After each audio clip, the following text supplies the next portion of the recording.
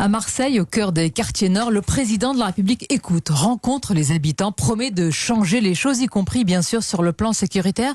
Est-ce qu'il peut y avoir un sursaut ? Je crois que malheureusement, ce qui n'a pas été fait pendant les 4 ans de ce quinquennat ne se fera pas dans les derniers mois. Et je pense que malheureusement, tout le monde a compris que c'était plus un candidat qui fait sa campagne qu'un président qui vient agir. La vérité, c'est que le bilan d'Emmanuel Macron se trouve à Marseille aujourd'hui. Le bilan d'Emmanuel Macron, c'est que cet été, il y a eu une succession de règlements de compte. Presque plus d'un par semaine. Le dernier, c'était il y a quelques jours, un jeune de 14 ans tué par balle, un autre jeune de 8 ans blessé grièvement. Et ça, c'est Emmanuel Macron qui doit rendre des comptes pour cela, parce qu'il est au seulement pouvoir lui, c'est depuis 4 ans d'Emmanuel Macron, mais c'est 40 ans aussi, certains disent, impuissance, gauche et droite comprises, y compris avec votre couleur politique. Bien sûr, je ne dis pas qu'Emmanuel Macron soit le seul responsable de cette situation. Il n'en reste pas moins que on ne peut pas s'exonérer de sa responsabilité quand on est aux affaires. Et on a vu à quel point le président de la République était capable d'employer un ton martial quand il s'agissait de l'épidémie.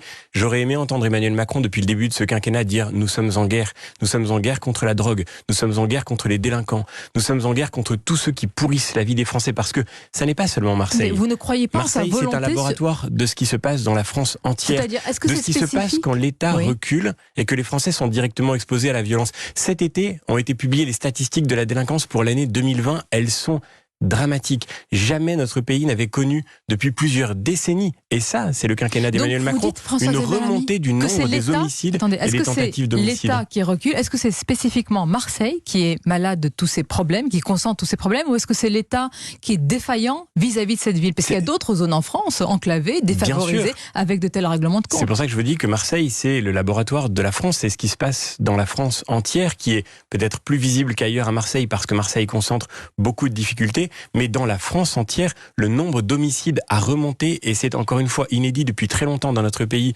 au cours de l'année 2020. Le nombre d'agressions violentes est passé de 300 000 en 2019 à 350 000 en 2020. Et ça, c'est le bilan d'Emmanuel Macron. Et vous voyez, encore une fois, cette espèce de sursaut tardif ne masquera pas le fait que nous n'avons pas su, sous la présidence d'Emmanuel Macron, appliquer le quoi qu'il en coûte. Quand on veut faire la guerre à la délinquance, alors on doit la combattre quoi qu'il en coûte. Ce sont des mots, vous êtes dans la dénonciation. Est-ce que vous avez ce matin une proposition ? Vous êtes aussi un responsable politique, un électrochoc sécuritaire, social ou culturel pour cette ville et d'autres villes dans cette même situation. Une proposition ne suffira pas. Et comprenez-moi bien, quand on fait la guerre, on mobilise toutes les énergies.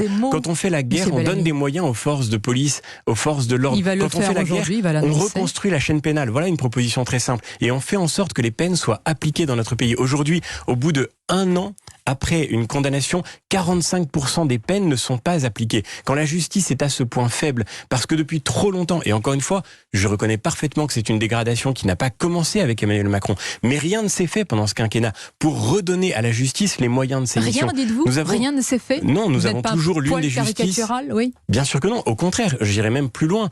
Pendant la crise du coronavirus, on a eu un ministère de la Justice qui s'est félicité d'avoir libéré de manière anticipée des centaines de personnes qui étaient incarcérées, qui étaient en cours d'exercice de leur peine. Donc, ça veut dire que, au fond, quand vous dites que le travail des policiers et des gendarmes est détruit par le fait que vous libérez de manière anticipée, en cours et enfin sans aucune espèce de précaution, des gens qui sont en détention, de fait, vous ne pouvez pas vous attendre à avoir un autre résultat que celui qu'on a connu. Et je ne dis pas cela pour la polémique politique gratuite, je dis ça parce que nous avons devant nous une immense responsabilité qui est celle de reconstruire un pays dans lequel la sécurité soit de nouveau une réalité.